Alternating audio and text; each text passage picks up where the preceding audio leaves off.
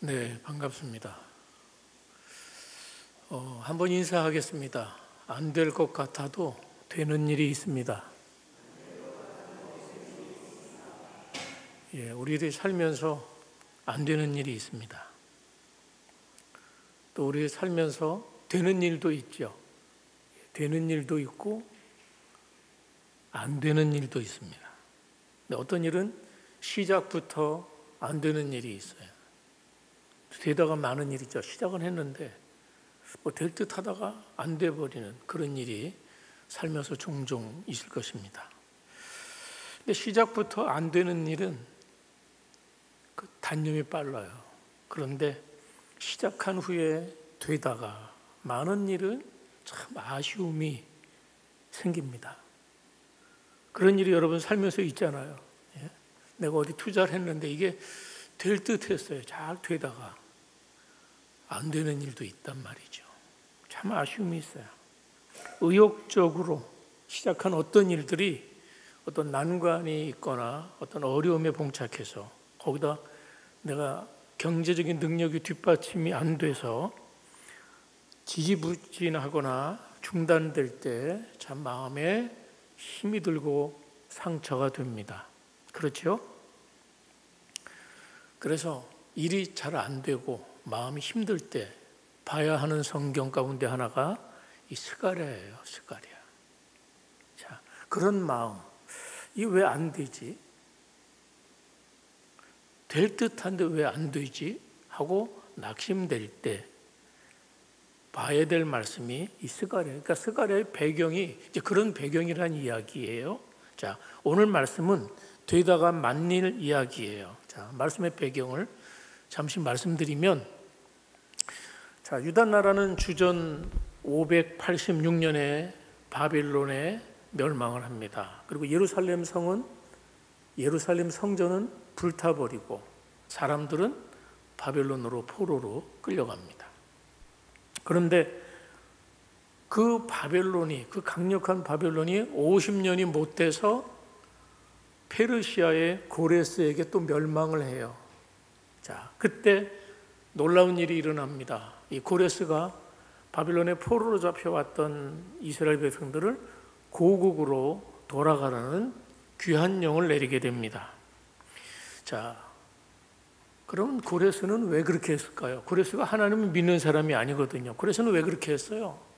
고레스는 이스라엘이라는 작은 나라가 문제가 아니고 그 옆에 큰 나라 이집트를 먹고 싶거든요. 그러니까 예루살렘을 이스라엘을 교두보로 삼아서 이집트로 진출하기 위해서 이 사람들을 돌려보내는 거예요. 자, 그런데 아무튼 이스라엘은 첫 포로가 된 지 70년 만에 하나님의 예언대로 조국으로 이제 돌아오게 되는 것이죠. 536년입니다. 그때가 536년에 이제 조국으로 돌아옵니다. 그때 돌아오는 1차 귀환, 3번에 나눠서 돌아오는데요. 1차 귀환자가 약 5만 명가량이 됩니다. 그때 그 귀환 지도자가 수룹바벨입니다. 그리고 학계도 있고 스가랴 선지자도 있고 그 앞에서 한 5만 명의 사람들이 이제 조국으로 돌아오는데요.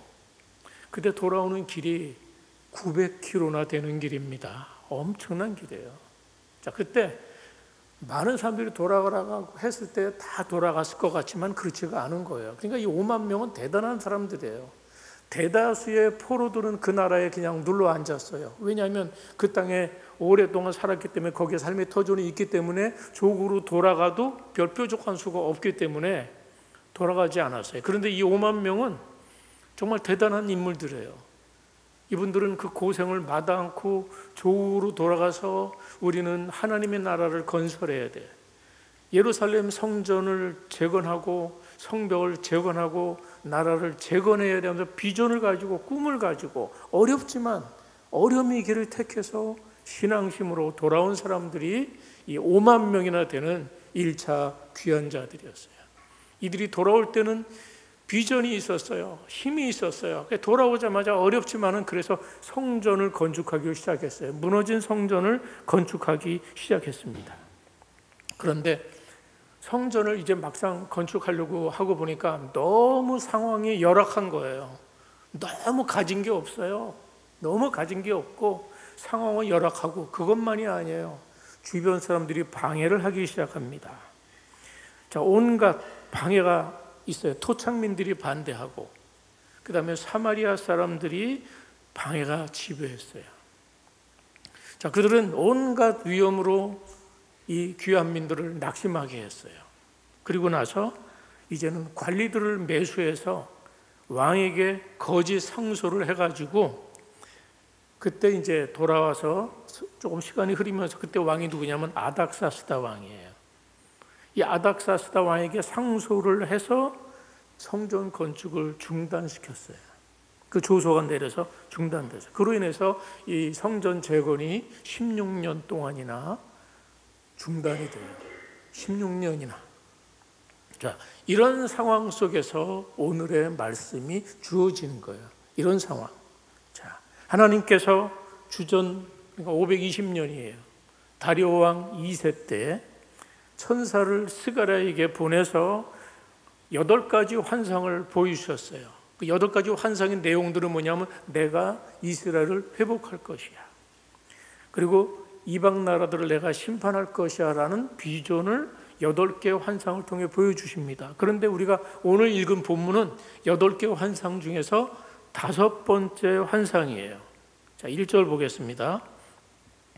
내게 말하던 천사가 다시 와서 나를 깨우니 마치 자는 사람이 잠에서 깨어난 것 같더라. 그러니까 이 스가랴 선지자는 스스로 깬 게 아니고요, 하나님께, 천사가 깨워주었다고 하잖아요. 그러니까 하나님이 그를 찾아오셨다는 것을 이제 말씀하고 싶은 겁니다. 자, 2절과 3절은 스가랴가 전하는 환상의 내용이에요. 자, 2절, 3절, 여러분 내용을 읽고 한번 그림을 한번 그려보세요. 2절, 3절 시작. 그가 내게 묻되 내가 무엇을 보느냐? 내가 대답하되 내가 보니 승금 등잔대가 있는데 그 위에는 기름 그릇이 있고 또 그 기름 그릇 위에 7 등잔이 있으며 그 기름 그릇 위에 있는 등잔을 위해서 7 관이 있고 그 등잔대 곁에 2 감람나무가 있는데 하나는 그 기름 그릇 오른쪽에 있고 하나는 왼쪽에 있나이다 하고. 네, 천사가 묻습니다. 내가 무엇을 보느냐? 이 첫 질문이 내가 무엇을 보고 있느냐는 질문으로 이 말씀에 막이 열립니다. 그러니까 지금 현실을 보지 말고, 땅을 보지 말고 하늘을 보라고 도전하는 거예요. 환상을 보라는 거예요. 인간의 무능을 바라보지 말고 하나님의 능력을 바라보라고 촉구하고 있어요. 그래서 이제 스가랴 선지자를 통해서 환상을 주신 거예요. 자, 이 환상의 내용은 일명 순금 등잔대의 환상이에요. 이 환상의 내용을 여러분 이해하시겠어요? 그림을 한번 보여주세요. 이 환상의 내용을 그림으로 그리면 저런 그림이 나올 거예요. 자, 등대가 있고 거기에 7개의 관이 있고, 거기에 이제 그 관이 옆에 있는 2 감람나무에 연결이 돼서 2 감람나무에서 기름을 계속 공급받아요. 그러니까 기름을 계속 공급받으니까 저 불이 꺼지지 않는 거예요. 자, 그런 환상이에요. 그래서 계속 기름을 흘려보내서 언제나 불을 밝힐 수 있게 되어 있습니다. 이 등대의 환상은 결국은 하나님께서 이스라엘에게 성전 재건을 하게 하시겠다는 도전이에요. 계시록 1장 12절에서 7교회는 7촛대라고 표시했었죠. 7촛대, 저기 7촛대 나와요. 지금도 이스라엘 백성들은 이스라엘의 심볼이 저 7촛대예요. 저거 많이 볼 거예요. 이스라엘에 가면은 저 7촛대가 그 나라의 심볼이거든요. 어쨌든 7촛대, 7교회 이렇게 다 연상이 되는 거죠. 우리 계시록에서 보지 않았습니까? 자, 7이라는 숫자 자체가 완전수예요. 그래서 하나님의 은혜가 언제나 교회를 비추고 부족함이 없음을 말하는 거예요. 그렇습니다. 교회는 언제나 세상의 빛으로 존재합니다.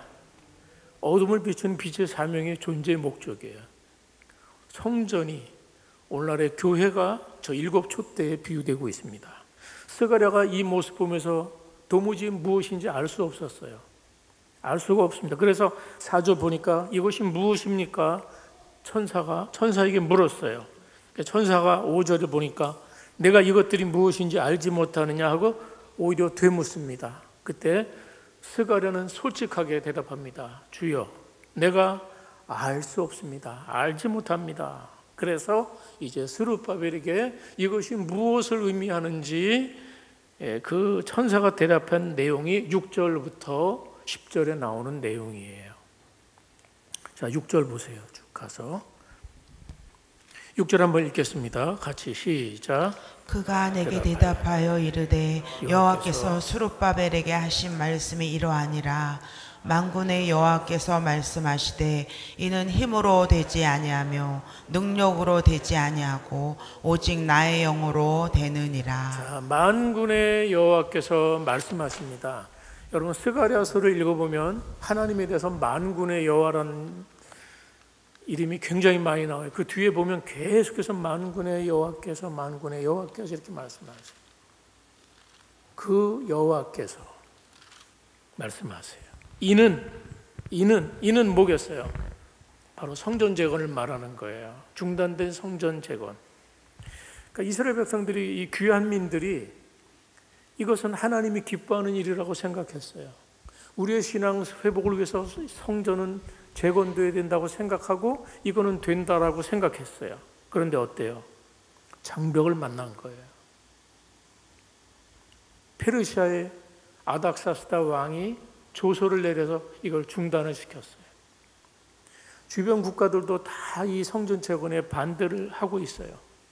그런데 이 순금 등대 환상은 성전 재건이 이루어진다는 사인이에요. 그리고 이스라엘의 회복이라는 역사의 성취를 이야기하고 있는데 그 역사의 성취는 성전 재건은 힘으로 되는 것이 아니라 사람의 능력으로 되는 것이 아니라 나의 영으로 되느니라.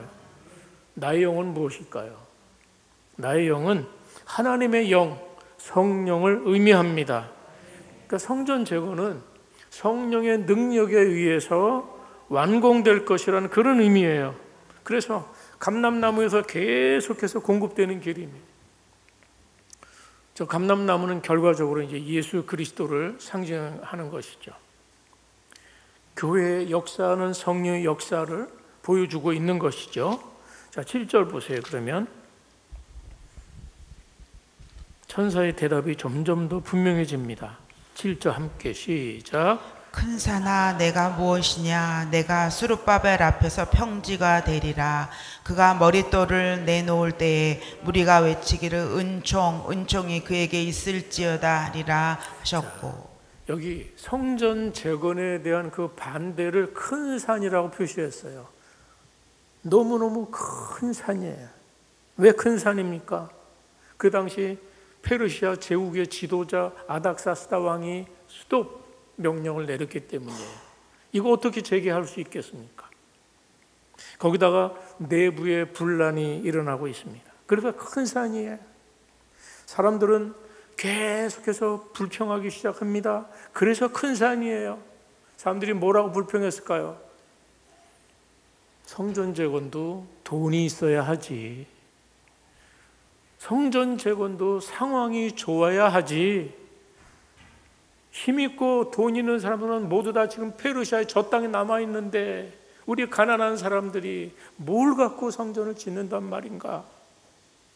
그리고 왕이 금지한 일을 우리가 어떻게 한단 말인가? 다들 지금 그렇게 얘기하고 있는 거예요. 그렇죠. 틀린 말은 아니잖아요. 뭘 하려도 돈이 있어야 하잖아요. 비빌 언덕이 있어야 하잖아요. 정치가 안정이 되고 경제가 안정돼야 하나님의 일도 하지, 이런 논리예요. 자, 이런 이야기들을 하면서 사람들은 다 자기 먹고 살기에 바빴어요. 그 시대가. 성전 재건도 필요하지만 우선 먹고 살아야 돼. 성전 재건도 중요하지만 우선 우리 집이 필요해 하면서 저마다 자기 집 짓고 자기 경제 회복하고 하는 일에 하면서 얼마가 지나갔다고요? 16년이 지난 거예요. 이게 이루어지겠습니까? 얼마나 큰 산이었던지, 얼마나 큰 산인지. 그런데 그런 큰 산이 스룹바벨 앞에서 평지가 될 것이라, 이렇게 위대한 이야기를 해도 아멘을 안 하고 있습니다. 예? 여러분, 더 분명하게 이야기를 하세요.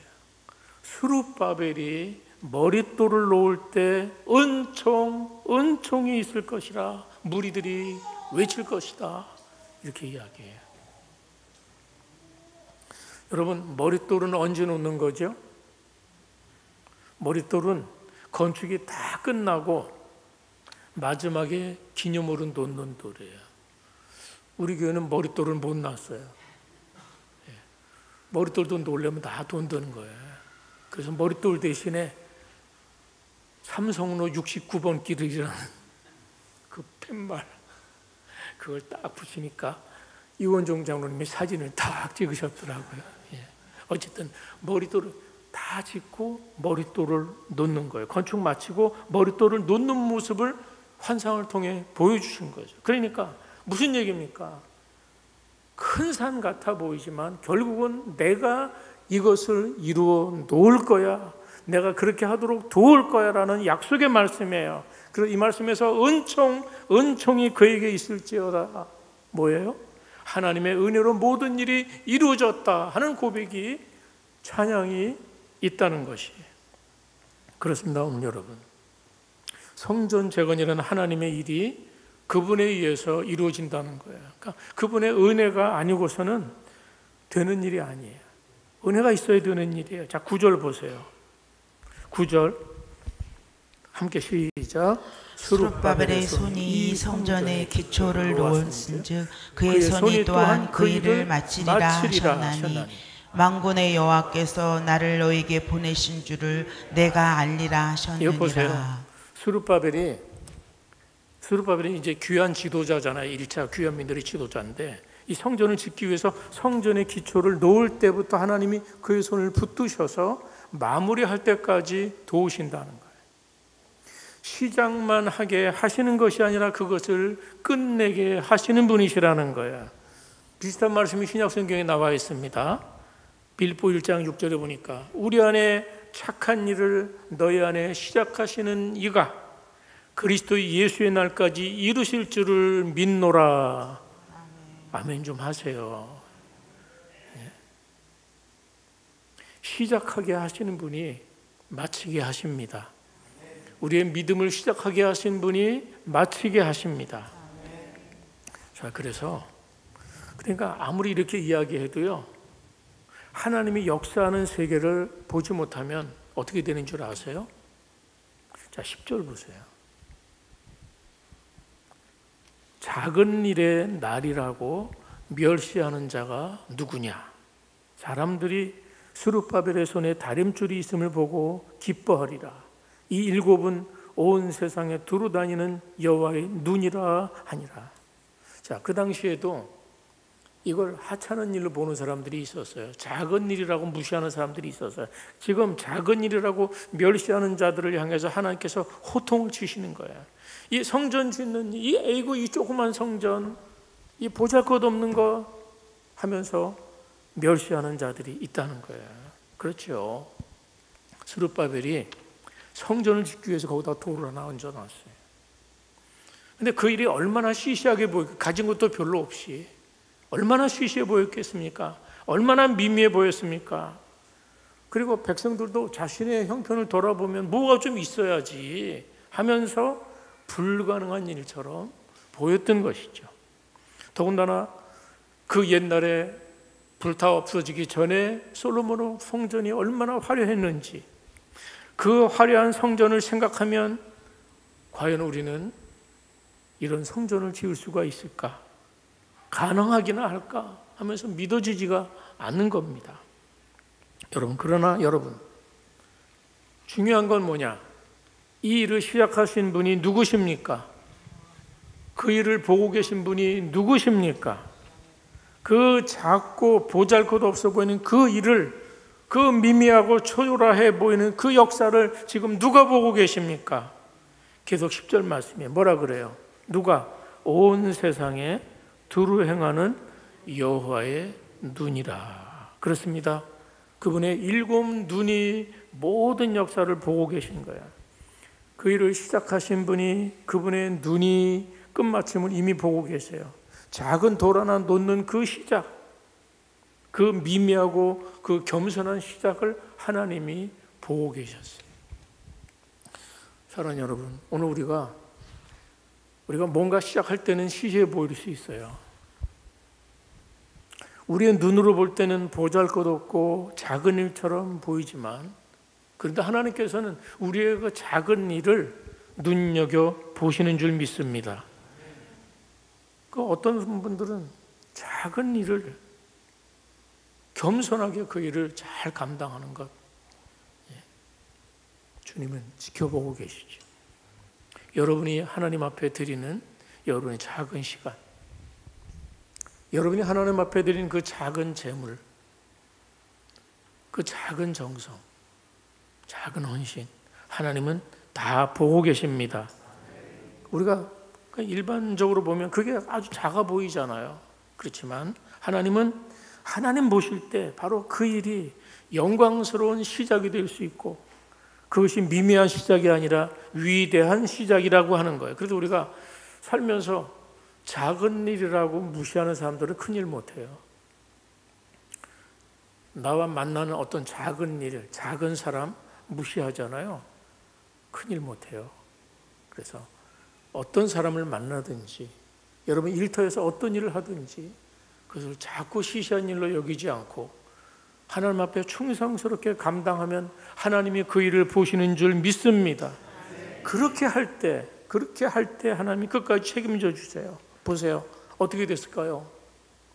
과연 어떻게 됐을까요? 이 성전은 그때로부터 4년 뒤에, 정확히 4년 뒤에 이 성전이 완공이 됩니다. 자, 이 얘기가 에스라서에 고스란히 자세히 나와요. 그러니까 에스라서하고 같이 읽으면 좋아요. 자, 성전 건축이 다시 시작이 되고 완공되기까지의 역사 기록이 에스라에서 나오는데요. 특별히 에스라서 6장, 여러분이 한번 나중에 돌아가서 한번 보시면 좋겠어요. 자, 이 어려움 속에서 학개 선지자나 스가랴 선지자의 이 격려의 말씀을 듣고 스룹바벨과 백성들이 힘을 내기 시작했어요. 그래서 다시 공사를 재개를 했어요. 그런데 공사를 재개를 하고 나니까 또 방해가 찾아왔어요. 야, 너희들 누구 마음대로 성전을 다시 짓는 거야? 하면서 무슨 근거로 그 이제 다른 총독들이 찾아와 시비를 거는 거예요. 무슨 근거로 너희 성전 건축을 재개하는가 하면서 이 공사 재개를 막았었어요. 그런데 사람들이 이거 고레스가 시킨 일이야 하면서 계속 그 일을 했어요. 그러니까 막지를 못하니까 이들이 어떻게 한 줄 아세요? 페르시아의 다리오 왕에게 상소를 올렸어요. 폐하, 유대인들이 지금 성전을 지어서 힘을 뭉쳐서 왕을 대적하려고 합니다. 고소를 해요. 그래서 고소의 내용이 뭐냐? 허가도 없이 이들이 이런 일을 합니다. 그러니까 이들이 뭐 고레스 어쩌고 그러는데 한번 잘 살펴봐 주시기를 바랍니다 하고 상소가 올라왔어요. 그래서 이제 이 다리오 왕이 왕궁의 문서 창고를 뒤진 거예요. 그러다가 문서 창고에서 고레스 왕의 그 조서를 발견했어요. 그리고 그 조서에 보니까 그 내용이 다 있네요. 돌아가서 성전 지어라, 은금을 지원해줘라, 이런 내용들이 다 있는 거예요. 그래서 다리오 왕이 이렇게 답신을 보냈어요. 그 내용이 이제 에스라 6장 6절 이하 10절 사이에 길게, 그 답신의 내용이 꽤 길게 나와 있어요. 다리오 왕의 답신이 제가 요약해서 말씀드릴게요. 첫째, 주변 부족들은 하나님의 성전 역사를 막지 말라. 둘째, 유대인들은 당당하게 성전 건축 역사를 계속해라. 셋째, 왕의 재산, 그 세금으로 소요경들을 지원해서 지체함이 없게 하라. 넷째, 제사에 필요한 제물들을 제사장이 원하는 대로 공급해 주라. 다섯째, 제사 때마다 부탁하노니 왕과 왕자들을 위해서 기도해 달라. 무슨 얘기인지 아시겠죠? 왕과 왕자들을 위해서 너희들 제사 때마다 기도해도. 그리고 마지막 이거예요. 여섯째, 누구든지 이 명령을 어기면 그 집을 기름더미가 되게 하라. 하나님의 놀라운 역사지요. 돈이 있어야 주는데 뭘 갖고 주냐 그러는데 돈이 생겼잖아요. 예? 막 지원을 해주는 거예요. 막 지원해 주는. 이 얼마나 놀라운 하나님의 역사입니까?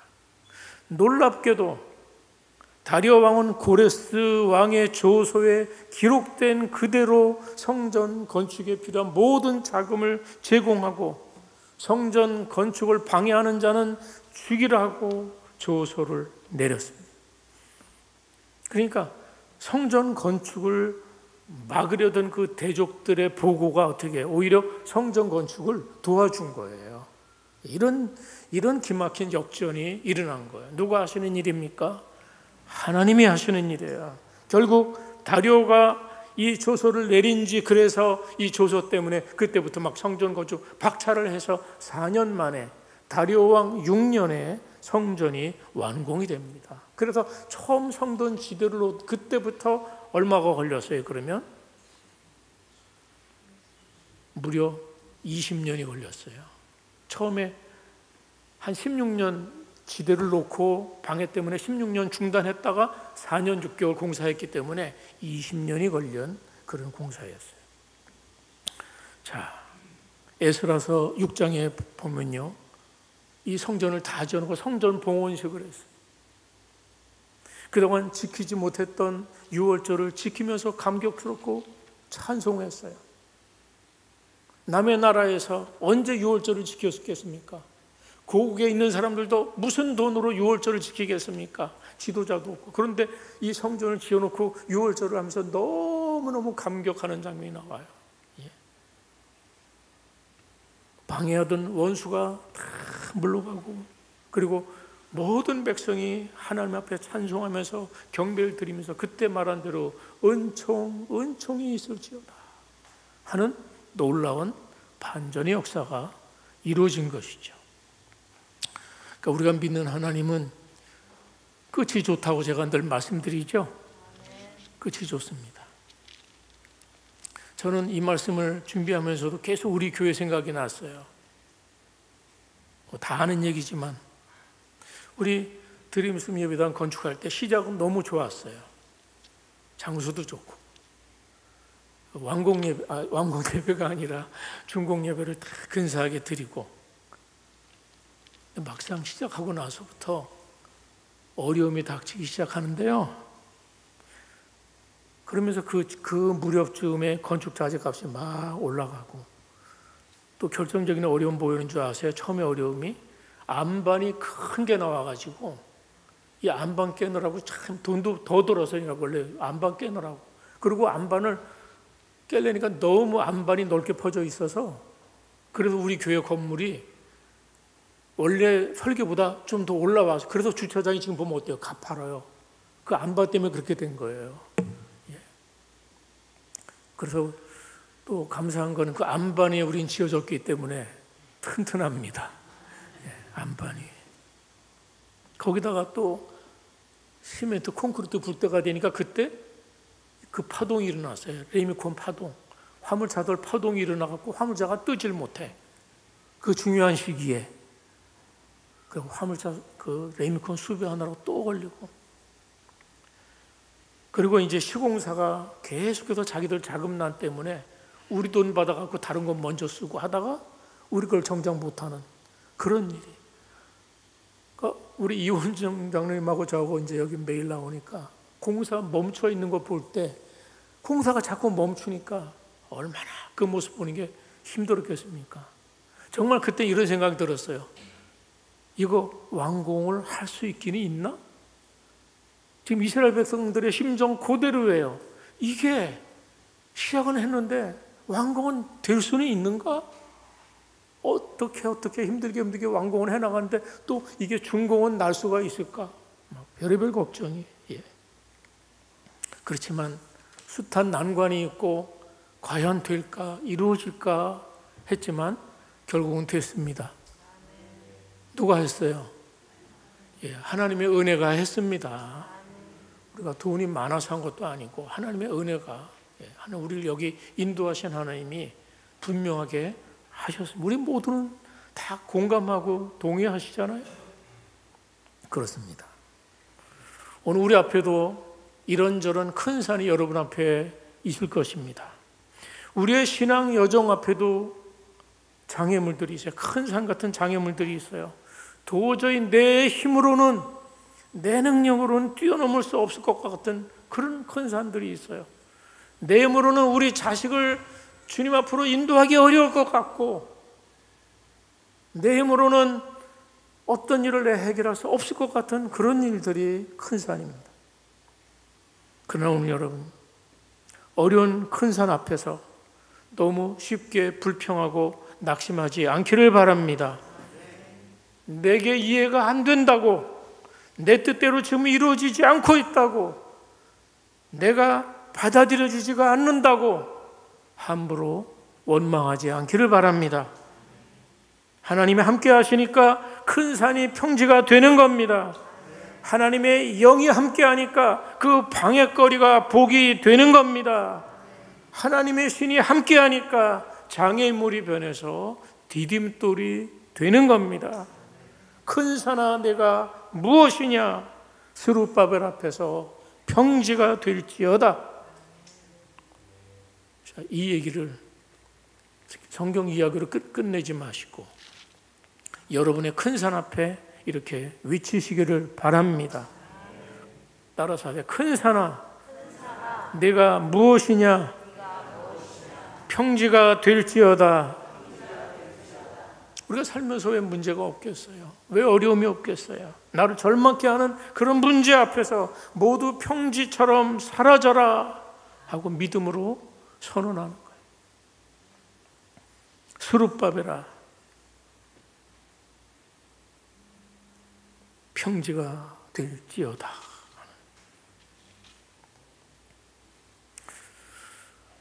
저는 우리에게 이것이 분명히 믿음의 능력이라고 믿습니다. 우리에게는 숱한 큰 산이 있잖아요. 질병도 큰 산이에요. 어쩌면 질병의 큰 산. 그러나 그 질병의 큰 산도 믿음으로 선포하시기 바랍니다. 질병의 큰 산아 떠날지어다. 문제를 향해서, 문제의 큰 산을 향해서 떠나가라. 우리가 힘이 없잖아요. 돈이 없잖아요. 비빌 언덕이 없잖아요. 그렇다 포기할 게 아니라 하나님이 가능하게 하시는 분인 줄 믿읍시다. 성령님은 그런 은혜가 있으신 분입니다. 그래서 어떤 일들은 물론 내 능력과 내 재주로 안 되는 일이 있어요. 근데 성령이 충만하면 됩니다. 됩니다. 여러분 보세요. 12 제자들이 성령을 받기 전에는 두렵고 나약해서 떨었습니다.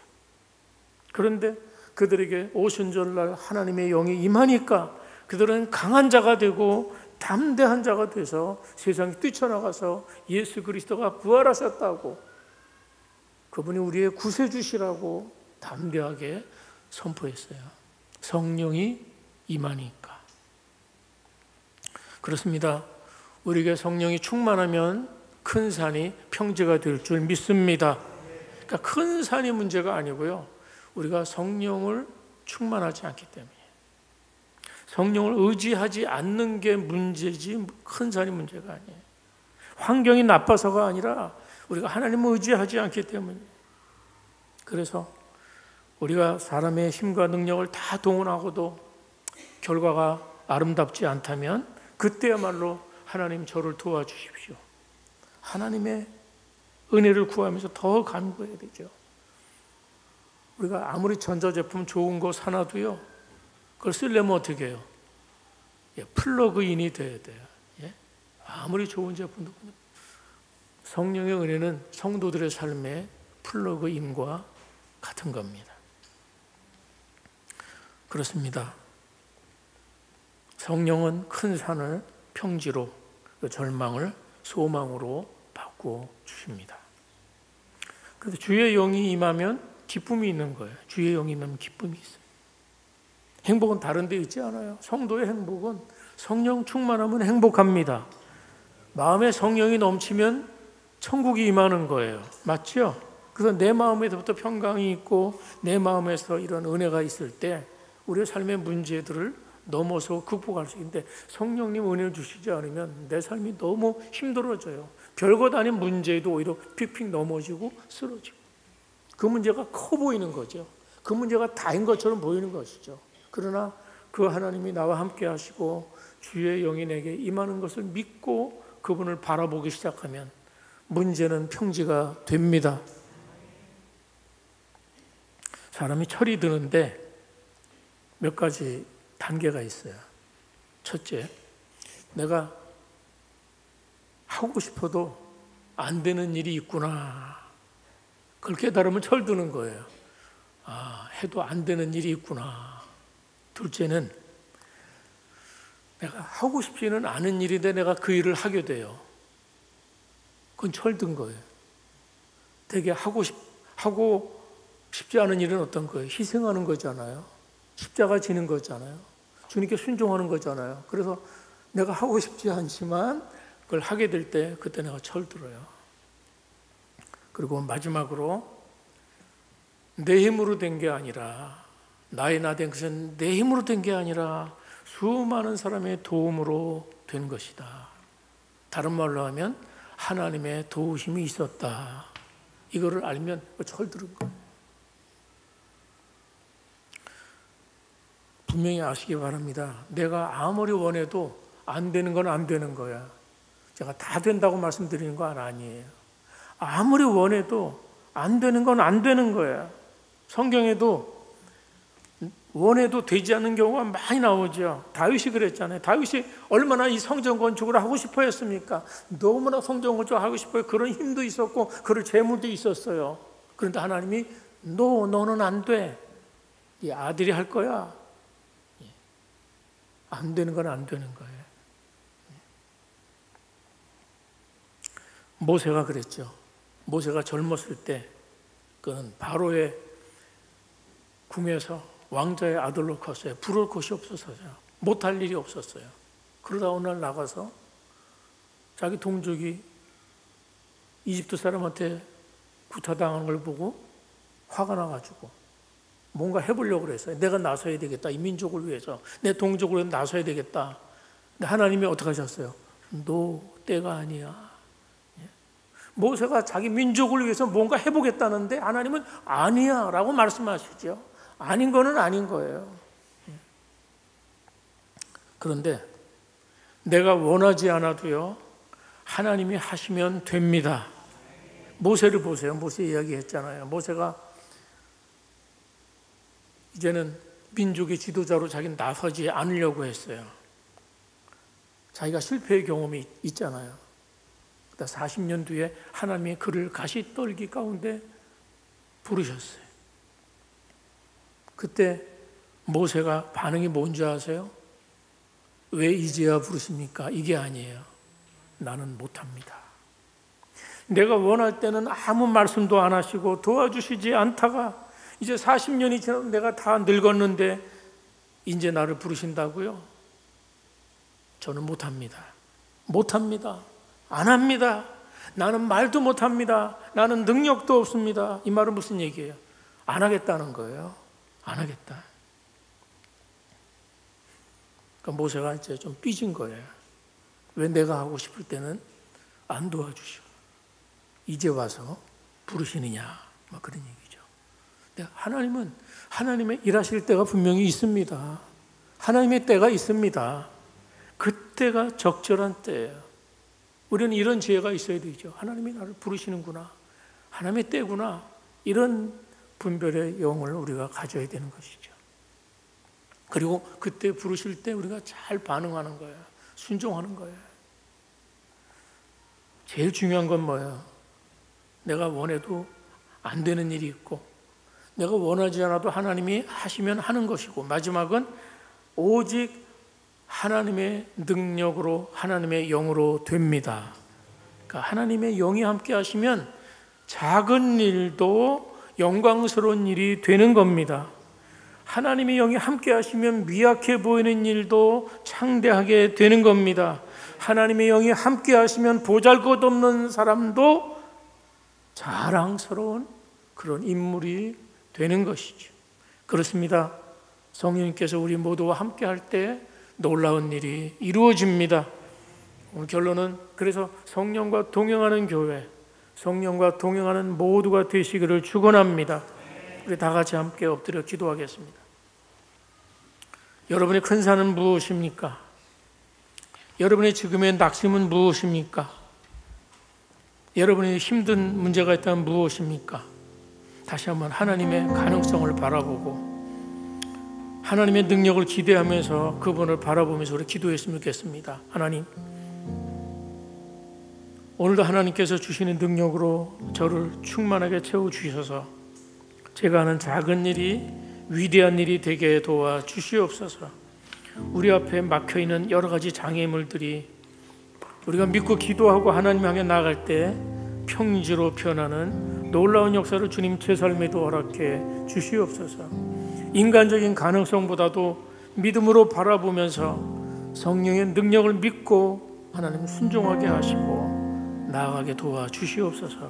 그렇게 함께 하나님께 같이 기도하면서 나가겠습니다. 기도하겠습니다. 살아계신 하나님 감사합니다.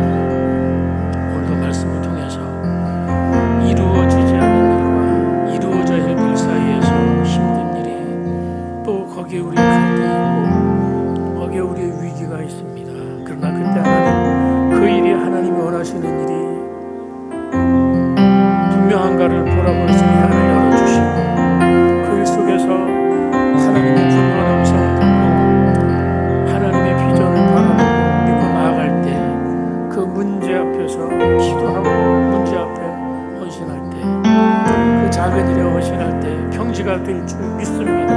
문제 앞에서 낙심하고 원망하고 좌절하지 않게 하시고 믿음으로 도전하게 하시고 믿음으로 바라보게 하시고 믿음으로 의지하고 주여 도와주시옵소서. 언제나 가능성보다 하나님이 함께 하시고 하나님의 은혜가 임하면 하나님의 영이 임하면 가능한 줄 믿습니다.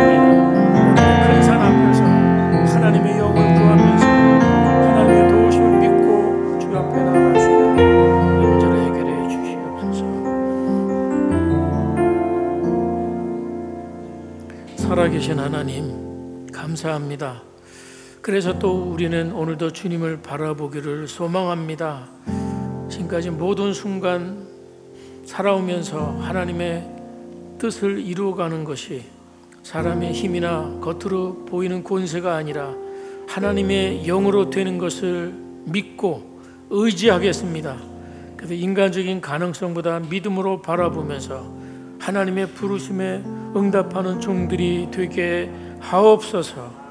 정령께 주시는 능력으로 교회와 세상을 섬기는 그런 종들이 되어서 우리가 살면서 만나는 문제들마다 사건들마다 주의 영으로 함께 하셔서 극복하게 하시고 승리하게 하는, 그래서 주님께 영광을 돌리는 위대한 종들이 다 되게 하옵소서. 예수님 이름으로 기도합니다. 아멘.